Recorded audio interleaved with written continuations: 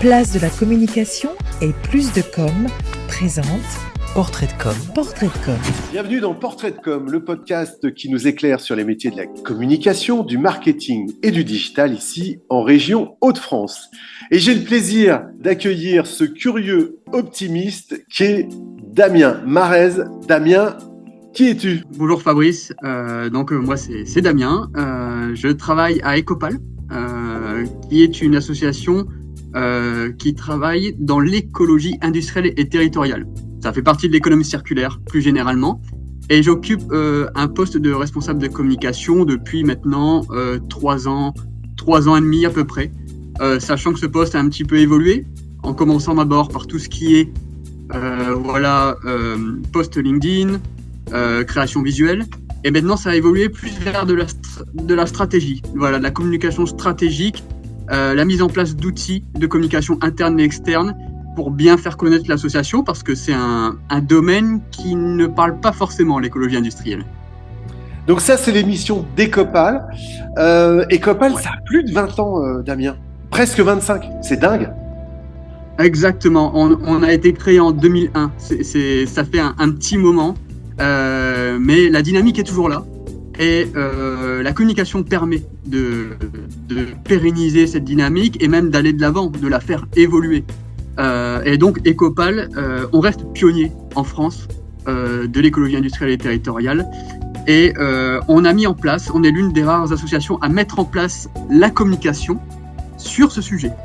Parce que d'habitude, dans les autres associations, c'est pas forcément le cas, il n'y a pas de personnes dédiées.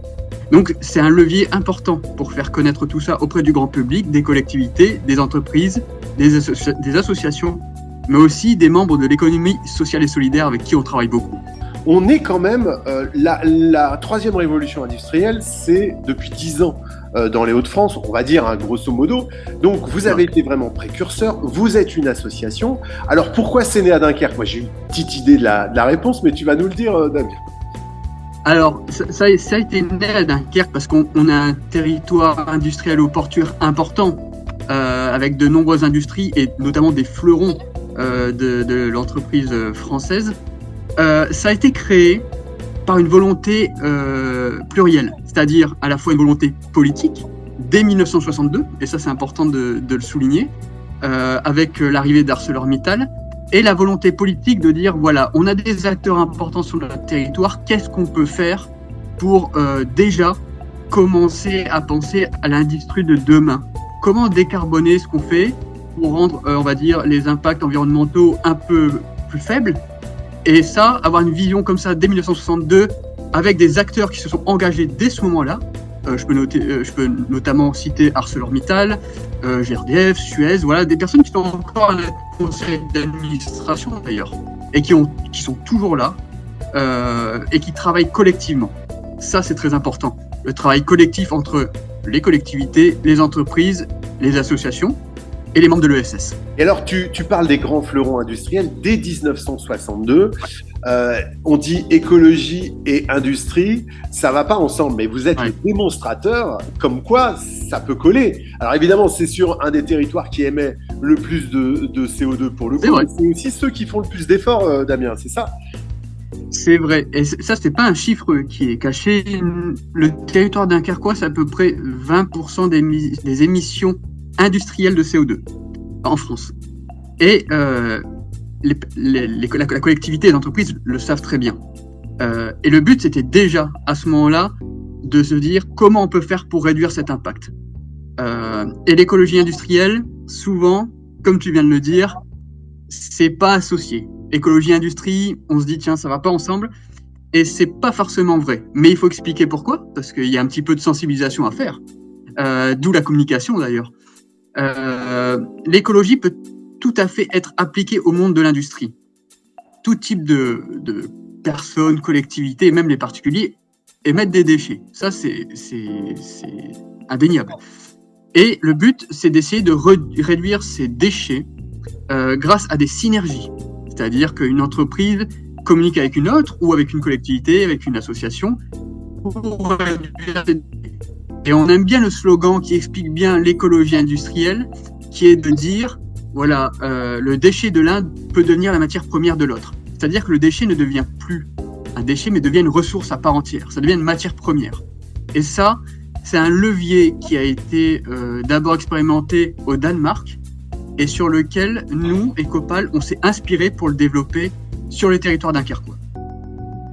Donc il est tout à fait possible de faire de l'écologie appliquée à l'industrie. Et ça, ton métier, et justement, on va aller au cœur de ce portrait de com, tu mets en connexion, tu parles de facilitation et de synergie.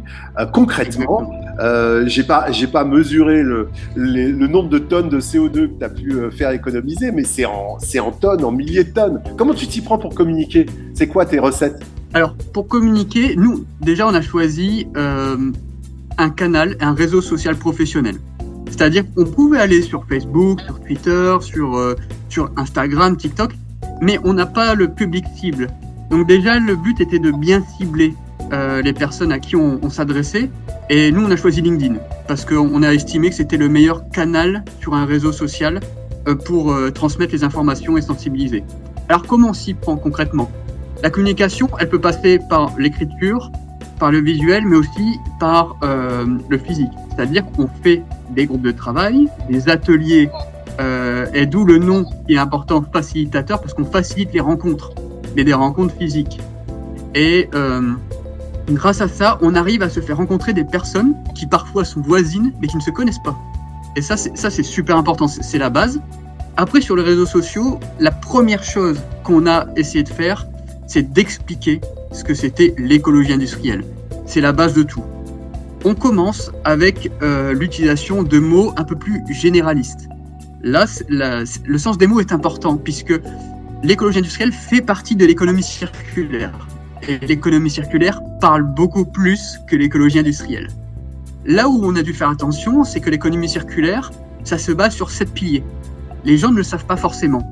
Il faut expliquer quels sont ces 7 piliers et en quoi l'écologie industrielle et territoriale, qu'on nomme EIT plus simplement, fait partie de l'économie circulaire et qu'est-ce que c'est concrètement et avec une définition simple. Donc ça, c'était la première étape. Ensuite, ça a été de développer, attirer des personnes vers ce domaine en se disant, voilà, économie circulaire, écologie industrielle et territoriale, parce que c'est sur un territoire donné. Qu'est-ce que c'est? Comment on l'applique? Et nous, Ecopal, qu'est-ce qu'on fait? Comment on peut vous apporter quelque chose? Comment on peut répondre à vos besoins? Parce que la réglementation augmente, parce que vous avez des contraintes, eh bien nous, on est là pour vous aider. Et on a été petit à petit jusqu'à maintenant, où maintenant, on peut se permettre de donner des informations sur les synergies, avec un langage un peu plus complexe, entre guillemets, c'est-à-dire utiliser des vrais mots liés à l'écologie industrielle, comme synergie, après comme interstructure, voilà, de ce genre de choses. C'est comme ça qu'on a commencé. On a commencé sur LinkedIn. Je fais un petit focus sur LinkedIn parce que c'est vraiment ce qui a pu nous faire un peu connaître en dehors d'un site internet. C'est qu'on a commencé en à mon arrivée à Ecopal 2021 avec 183 abonnés. Voilà, c'était vraiment naissant. LinkedIn était un petit peu au tout début, à l'abandon. Il n'y avait pas trop de personnes pour s'en occuper. Maintenant, et là, à la fin de l'année, on sera à 4000 personnes. Le but, ça a été vraiment d'expliquer. Et ça, pour moi, c'est le plus important. Donc, ok pour expliquer, mais la méthodo, comment tu t'y prends pour communiquer? Ce serait quoi les qualités pour faire ton job, Damien? Alors, les qualités, déjà, il faut être curieux. Il faut être curieux de tout parce que l'écologie industrielle, c'est l'industrie, mais c'est aussi ce qui se passe sur le territoire. C'est aussi les différents domaines d'activité. Ça peut être le numérique, ça peut être l'industrie lourde en tant qu'elle-même, mais ça peut être aussi l'eau, par exemple. Il y a différentes matières, différents domaines d'activité, et il faut être un petit peu au fait de tout ça. Après, pour d'autres territoires, ça peut être, par exemple, je sais pas, moi, la téléphonie, les semi-conducteurs, enfin, ça peut être autre chose. Donc, il faut vraiment être curieux. Après, il faut aussi avoir le sens des mots.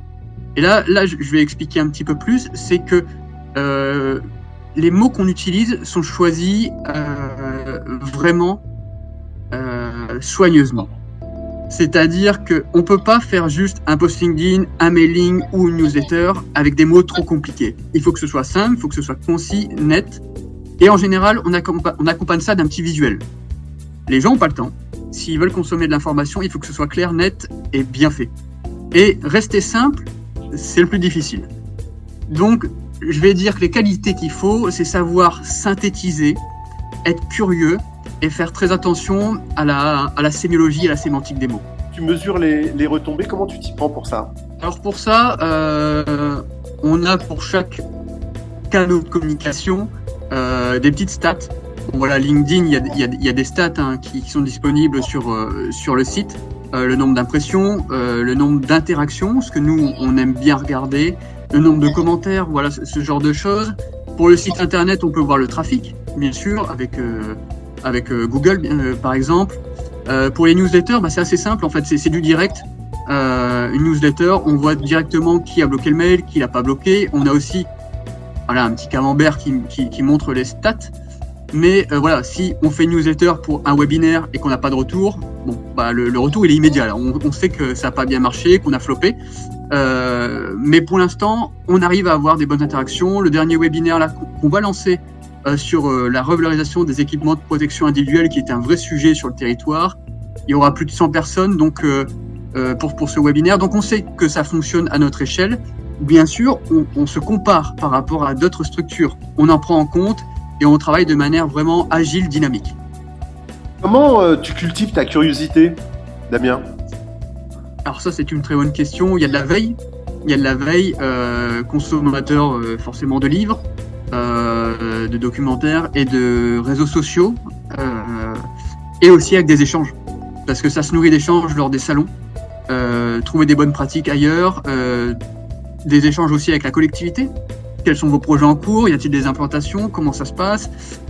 Quelle durée? Quel est le programme? Et je dirais que ça passe vraiment par là, par les échanges, par la lecture. Et la lecture, que ce soit des livres, que ce soit les réseaux sociaux, que ce soit les newsletters, un petit peu tout ce qui peut tomber, en faisant bien le tri, sinon il y a une surcharge d'informations et là on n'arrive plus à s'y retrouver.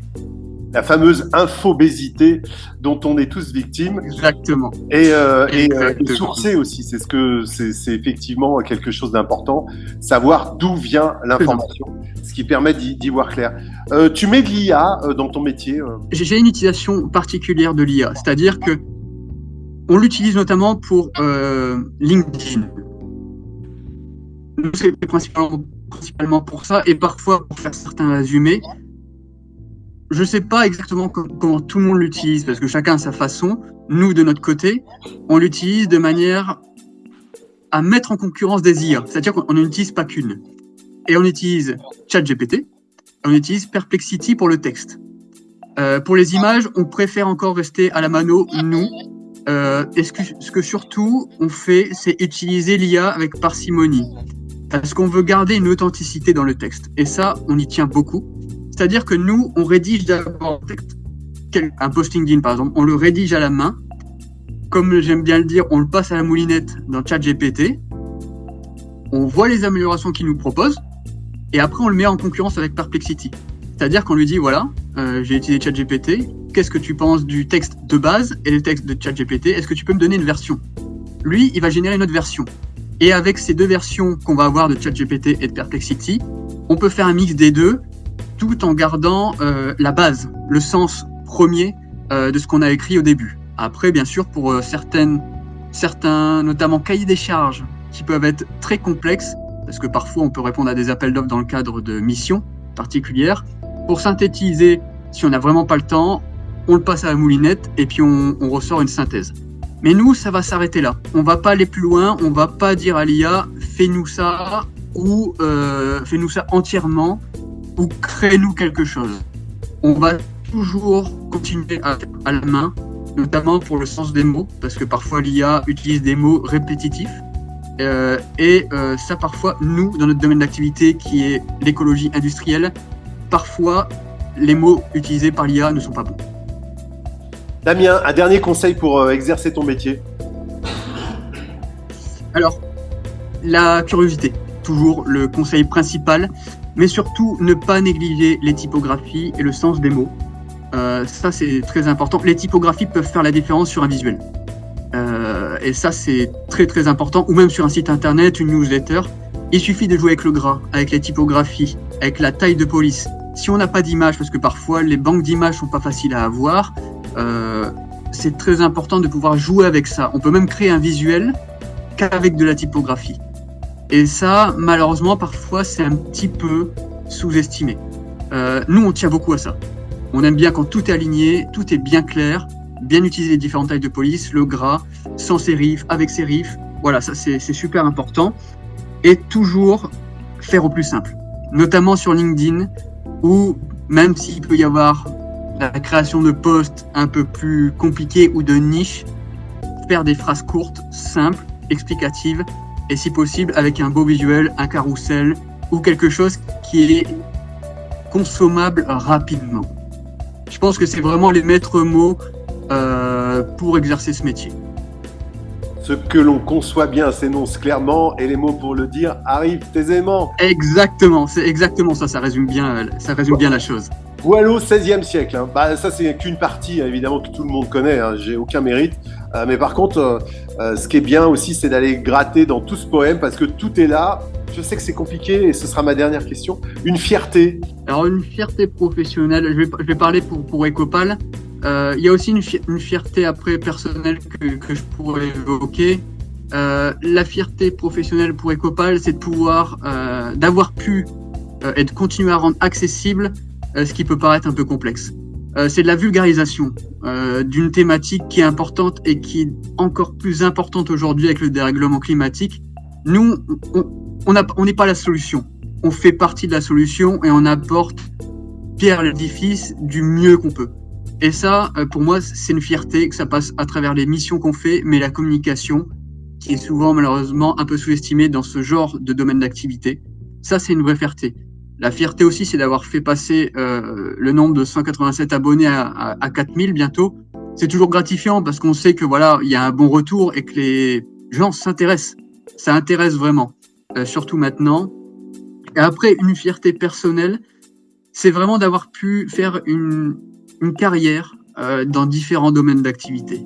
Ça m'a permis de développer ma curiosité à une échelle vraiment monstrueuse. Vraiment, c'est-à-dire que j'ai été dans l'informatique, j'ai été un petit peu dans la communication, dans l'eau, et puis maintenant, c'est tout ce qui est déchets, voire l'explication, la vulgarisation auprès d'un public qui n'était pas le mien.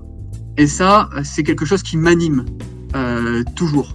Et je suis très fier de pouvoir le faire pour mon territoire, mais aussi pour la région, avec qui on travaille beaucoup, et au-delà. Donc ça, voilà, c'est des véritables fiertés, et j'espère que ça peut booster de nouvelles personnes à s'engager dans cette voie, que ce soit dans l'écologie industrielle ou d'autres.